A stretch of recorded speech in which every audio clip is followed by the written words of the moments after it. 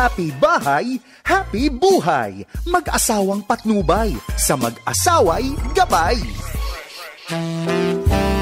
Hello po mga ka-happy bahay, happy buhay. Handa na ba tayo salubungin ang bagong taon?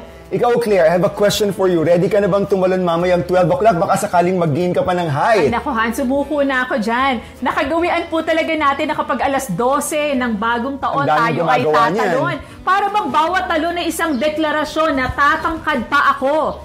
Isa rin pong kostumbre natin ang magbitiw ng New Year's resolution. That's Pero true. di ba kadalasan sa simula lang natin nagagawa? Tama. Kaya this year, ibahin naman natin, wala nang tatalon. Pero sabay-sabay tayo magdedeklara. Finish the sentence. Ngayong bagong taon, ako ay mas... Maganda yan, Claire. So what you're trying to say, instead na New Year's resolution, ang gagawin natin this year ay New Year's That declaration.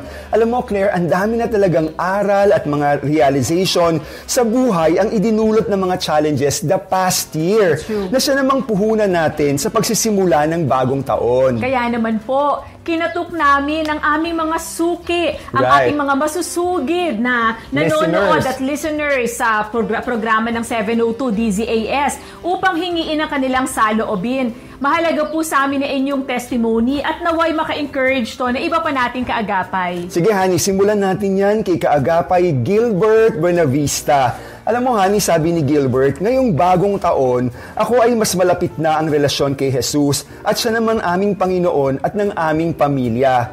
Alam po ninyo, hindi man maging madali ang taon na 2021 dahil sa dami nga po ng mga challenges, ngunit tulad nga ng sabi ni Gilbert, mas pinalalim ng pagsubok ang ating relasyon sa Panginoon. Pinulsuhan din po natin si Miss Luz de la Cruz at ang sabi niya, ngayong bagong taon, ako ay mas maunawain at pinatatag ko pa ang aking self-control with love.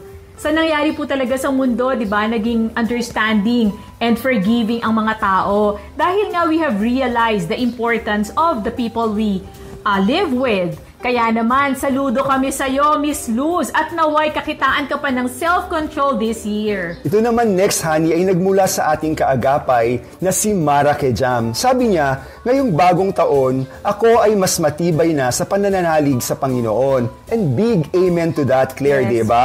Maging ako man po ay pinatibay ng pananampalataya, ang pagsubok daw ay isang blessing in disguise. Hindi rin po pahuhuli ang isa sa kasamahan natin dito sa FEBC at HBHB, ang ating Radio TV Technical Supervisor na si Miss Eileen Valdez. Yes. At ang sabi niya, ngayong bagong taon, ako ay mas magiging malakas, physically, emotionally, mentally, and spiritually dahil sa grasya at habag ng Panginoon. Salamat sa pagtatawid niya sa akin at sa buo kong pamilya. Nananampalataya ako na bubuhos ang rumaragasang pagpapala niya sa lahat ng aspeto ng buhay ko, 10 ng aking pamilya. Wow, what a declaration, Eileen. Be it done to you as you have confessed. Amazing! Ito naman, Honey, sabi dito ni Nanay Nora Cabantog. Sabi niya, ngayong bagong taon, dalangin ko na bigyan ako ng katatagan sa buhay ko anumang pagsubok na dumating. Higit ko pa makayanang harapin ang hamon ng buhay basta kasama ang Panginoon. Ako ay may katatagan, I stand firm in the midst of trial and in this pandemic. Have mercy on us. Alam mo, Honey, nakaka-bless talaga itong si Nanay Nora. To think ha, malalim na siya sa Panginoon spiritually. And yet, her heart cry is still for God to strengthen her all the days of her life. God bless you po, Nanay Nora Cabantog. Nagpapasalamat po kami sa inyong lahat sa patuloy na pagsubaybay sa HBHB at sa lahat ng programa ng FEBC. Salamat po at sinamahan niyo kami sa nakaraang taon.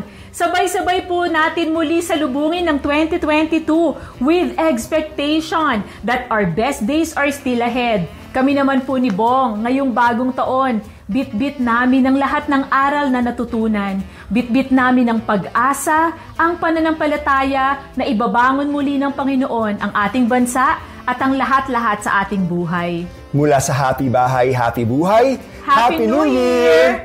Lagi po nating tandaan ng mag-asawang sabay manalangin. Na pagtatagumpayan lahat ng suliranin. Ako po si Bong At Pineda. ako naman po si Claire para sa Happy Bahay. Happy Buhay! Happy bahay, happy buhay. Mag-asawang patnubay, sa mag-asaway gabay.